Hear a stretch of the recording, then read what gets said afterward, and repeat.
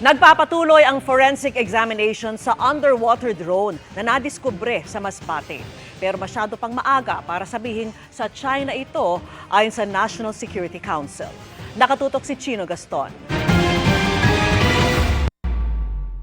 Hindi pa masabi ng National Security Council kung anong bansa ang may-ari ng nakitang underwater drone sa Masbate. Ang kulay dilaw na drone na halos 3 metro ang haba at may markings na HY119 nakita umanong palutang-lutang sa dagat ng mga mangingisda 9 kilometro mula sa bayan ng San Pascual.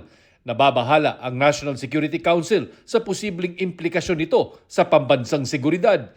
Isinasailalim na sa forensic investigation ng Philippine Navy ang underwater drone para malaman kung sino ang may gawa at kung ano-ano ang kakayahan nito. Mahirap mag-speculate as to the possible motives of this drone, no? Kasi kung lalabas dito na it comes from this certain country at ang ginagawa niya ay illegal, then we can say, no?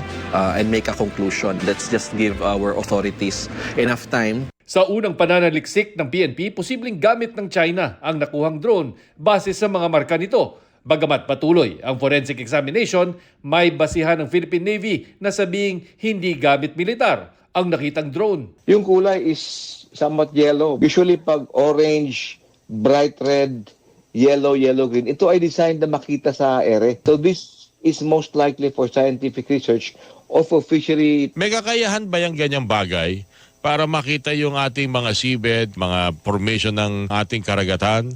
Yes, may kakayahan na naman ito. And ito naman sinasabi ko is batay lamang sa mga nakikita nating paunang ulat, ano? At yung mga pictures. But we have to also factor in yung size na kanyang batteries. Lalo ko ito ay remotely operated.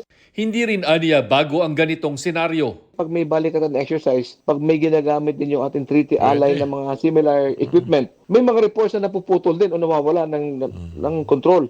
And then after a few months, makikita natin nasa shoreline na. Kung mga larawan lang ang pagbabasihan, naniniwala si Professor J. Batong Bakal na isa itong glider, isang autonomous underwater vehicle na gamit para kumuha ng data mula sa karagatan at i-transmit pabalik sa isang operator.